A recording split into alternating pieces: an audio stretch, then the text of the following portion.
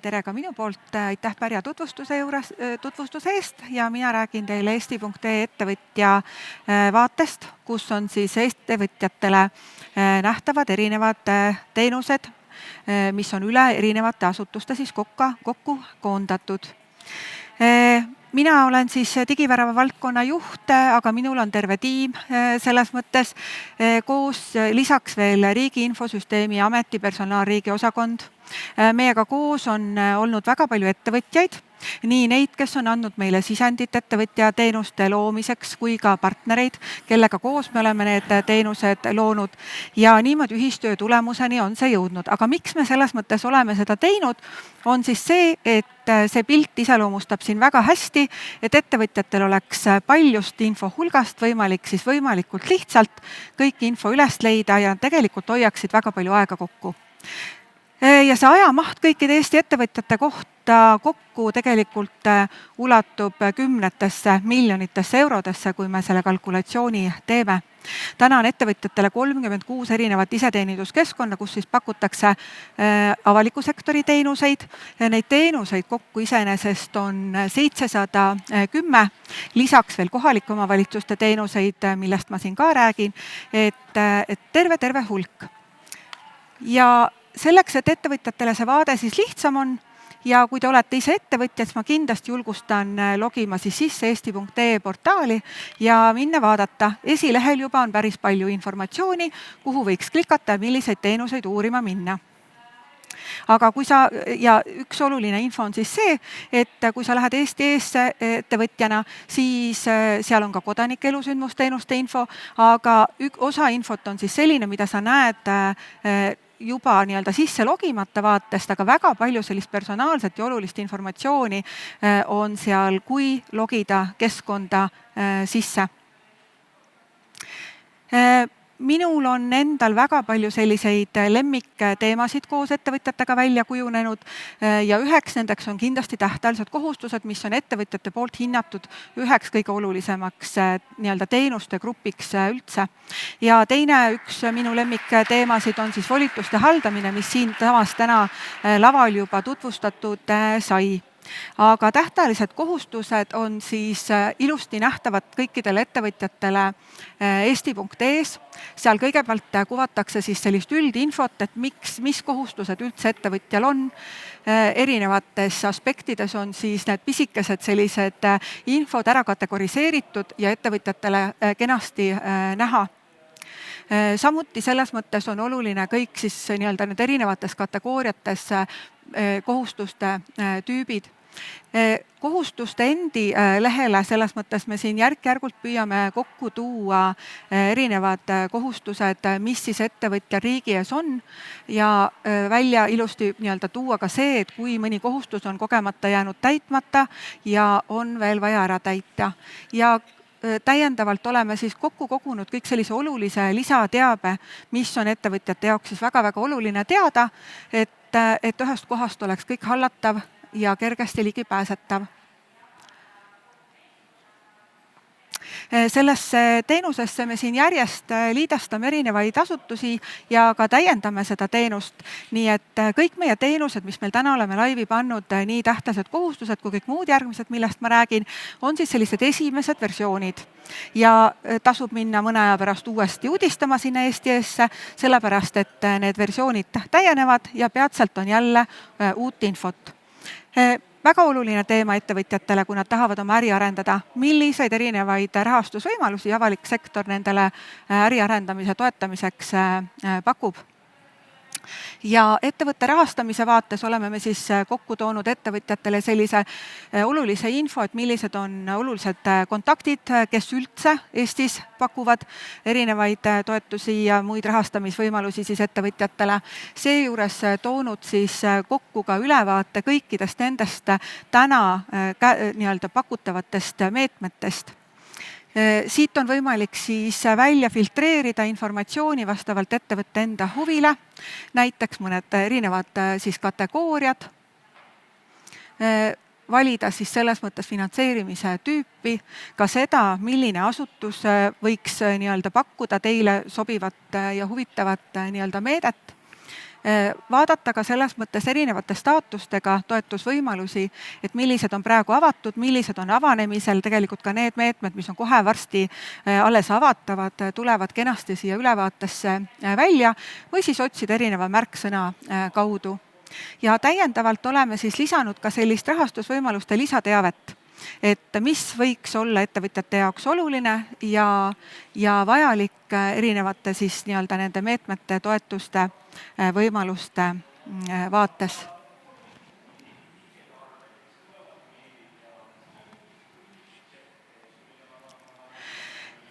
Siis üks äärmiselt oluline teema ettevõtjatele on tegevusload ja majandustegevusteateid.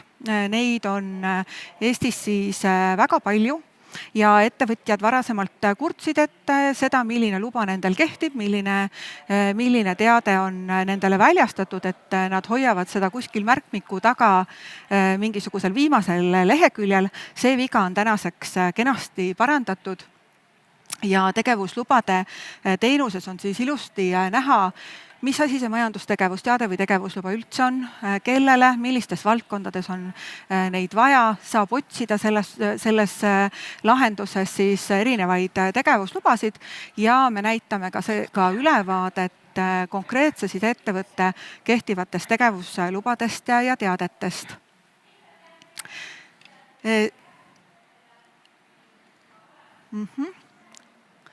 Et see pilt ütleb rohkem kui minu 1000 sõna selles mõttes, kui ma siin lihtsalt räägin, et ekraani pealt on hea vaadata see ülevaade, et mis infot me siis näitame ettevõtjale selles teenuses kohe. Siis samamoodi, eriti väikeettevõtjatele, mikroettevõtjatele, alustavatele ettevõtjatele on väga oluline teada seda, milliseid töötajatega seotud toiminguid on vaja teha, mida silmas pidada, näiteks kas või siis, kui värvata endale esimest töötajat. Ja siia selles mõttes siia töötajatega seotud teenusesse oleme siis kokku koondanud kõik, mis puudutab siis nii-öelda töötajatega seotud teemasid. Et töövõimetuslehed, töökeskkond, töösuhe, erinevad töötervishoiu selles mõttes teemad, lähetustega seotud teemad, et kogu siis sellise temaatika kohta on võimalik sellest teenusest ülevaadet saada.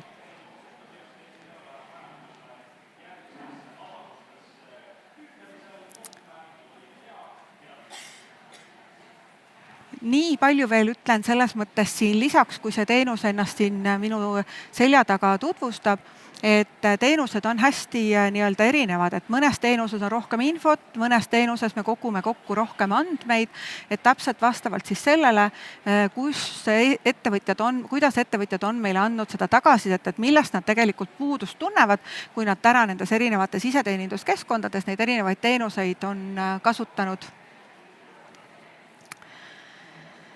Eksport on samuti Eesti ettevõtjale väga oluline, et meil on palju väikeettevõtjaid, keskmise suurusega ettevõtjaid, kes tegelikult otsivad uusi turge, et ikkagi rohkem leida enda toodetele, teenustele tarbijaid, kui see on Eesti väiksel turul võimalik. Ja selleks me oleme siis täna loonud kõigepealt ekspordi sellise infoteenuse, kus on siis selles mõttes kõigepealt kokku kogutud, et üldse näiteks sihtturgudega seotud informatsioon, samuti see informatsioon, et kui on plaanis üldse ekspordiga alustada, siis kelle poole tuleks pöörduda, millistes asutustes on millised kontaktid ja nii edasi. Et siin on uudistamist selles mõttes omajagu ja seda teenust me selles mõttes ka veel väga suurel määral siin koostöös siis Ettevõtluse Innovatsiooni Sihtasutuse ja koostöös Välisministeeriumiga planeerime siin järgmisel aastal ka laiendada ja täiendada. Väga oluline nii-öelda info selles mõttes on jah, see kontaktide vaade, mille ma siin juba ära ütlesin, aga korraks läks meelest ära, et see on siin eraldi slaidi peal ka välja toodud. Ettevõtte asutamine samamoodi, hoolimata sellest, et on Eestis juba väga-väga hästi äriregistri poolt tehtud, siis tõime ka selle informatsiooni siis kokku eesti.ee-sse ja siin on selles mõttes siis kokku koondatud samm-sammult, et mida üks kodanik peab tegema, kui ta tahab siis ettevõttega alustada. Samuti selle protsessi käigus siis uuendasime ära äriregistrist näiteks ka ettevõtte likvideerimise informatsioon, mis on võib-olla samamoodi kohe ikkagi väga hea teada, et enda teadlikkust kogu ettevõtlusega seoses siis arendada ja olla kõikidest nüanssidest teadlik. Ettevõtte planeerimine on oluline, samuti kõik sellised asjad, et kui ma tahan endale teha oma kodulehekülge, kuidas ma saan selles mõttes seda vormistada kohe, millised domeeni nimed on vabad ja kõik selline oluline info, nii et seda tasub siit Eesti eest uudistada küll. Ettevõtte elujõulisus on samuti väga-väga oluline. Täna me siis oleme kokku kogunud ja AI-ga seal töötleme andmeid, neid andmeid siis, mida ettevõtjad riigile on andnud ja on võimalik vaadata, kuidas siis riigile esitatud andmete pealt ettevõtte elujõulisus näib. See selles mõttes on väga oluline, et siin võetakse arvesse siis väga erinevaid selliseid kategooriaid, et tööjõu tootlikkust ja efektiivsust ja finantsvõimenduse näitajaid ja nii edasi. Ja antakse sellised soovitused ka, et kui ma nüüd tahan oma ettevõtet arendada, mida ma silmas pidama peaksin. Ja üks teema, mis on ettevõtjaid väga-väga palju kõnetanud siin väga erinevates aspektides, on see, et kuidas minu ettevõte näib võrreldes siis konkurentidega, võrreldes teiste ettevõtjatega, kes kas toimivad sarnases regioonis ja nii edasi, et siis ettevõtjate elujõulisuse indeks pakub sellist ühte vaadet ka sellest, et kuidas mina näin ettevõtjana või minu ettevõte siis näib võrreldes teiste ettevõtjatega.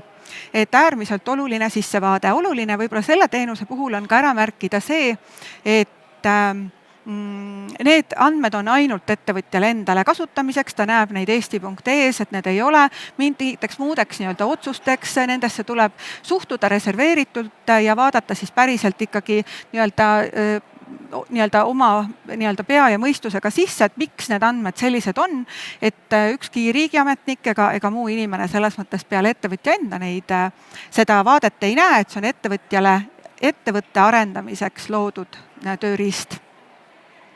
Ja meil on siin ka uusi projekte päris palju, mida me ette valmistame. Eesti.ee-s me tahame luua lähiajal ja tuua välja siis ettevõtjatele uue töölaua, on selgelt välja tulnud erinevad sellised fookusteemad, mis ettevõtjaid huvitavaid, ettevõtte arendamine näiteks, lisaks siis ettevõtte alustamisele ja sellele elujõulisusele, samamoodi keskkonnaga seotud teemad, et neid erinevaid täiendusi siin tuleb veel ja veel. Ja siin on lihtsalt üks selline näide, kuhu suunas me oleme siis liikumas, et kui ettevõtja tahab siis saada informatsiooni selle kohta, kuidas enda ettevõtet arendada, siis näiteks, et kellega koostöös, milliste võrgustike kaudu, millist informatsiooni võiks saada, kellega koostöös liikuda innovatsiooni suunal edasi, mis absoluutselt on väga oluline. Samuti ma siin alguses mainisin, et lisaks sellele, et sektori asutused pakuvad ettevõtjatele siin väga-väga palju teenuseid, siis ka kohalikud omavalitsused pakuvad erinevaid teenuseid ja neid on siis üle 1500 Eestis ettevõtjatele. Et esimese asjana me oleme nüüd ära kaardistanud selles mõttes need teenused ja püüame siis kokku tuua kohalike omavalitsuste teenustega seotud informatsiooni samamoodi siin lähiajal Eesti eesse, et natukene võtab aega, aga siis teate, et varsti on uuendusi oodata. Ja millised on sellised põhifookused võib-olla veel, et me tahame neid teenuseid muuta personaalsemaks, täiendada erinevate asutuste teenustega ja seotud informatsiooniga siin lähiajal, tuua erinevaid siis digitööriistu ettevõtjatele veel välja ja loomulikult ootame me kõike informatsiooni ettevõtjatelt, mis nendel on veel puudu ja kuidas me neid saaksime teenuste loomisel ja teenustega seotud info jagamisel aidata. Nii et kas või praegu selles tänases turuplatsis, otsige ettevõtja digivärav üles ja jagage oma kontakti, kui te olete nõus meile infot jagama. Aitäh! Nii, aitäh, Tiina. Minu lemmikküsimus, väljakutsed. Jaa, väljakutsed on minu lemmikteema. lisaks sellele, et see on lemmikküsimus loomulikult kõigile. Väljakutseid on meil mitmeid, näiteks selles, et meil ongi need teenused väga erinevates iseteeninduskeskkondades laiali, erinevate asutuste andmebaasides on teenustega seotud info ja see tuleb kõik kokku tuua, aga erinevates asutustes on meil, ütleme, infosüsteemid väga erineval tasemel, meil on nendel erinevad arendusplaanid ja nii edasi, et me püüame siis leida neid lahendusi, kuidas see kõik info võimalikult hästi ja kiiresti ettevõtjatele kokku tuua. See kindlasti on üks suur väljakutse. No jõudu teile Tarvis. sellega. See saab olema huvitav. Aga veel meie kuulajad on küsinud, kas kohustusi nägema saab ettevõtja volitada ka teisi isikuid? Kindlasti selles mõttes hakkab seda saama ja et see volituste teema on hästi oluline ja volituste lahendus on Eesti-ga integreeritud, nii et jah. Nii et jah. Aga aitäh sulle, Tiina. Siin Ja. meenutas sulle. Suur tänu!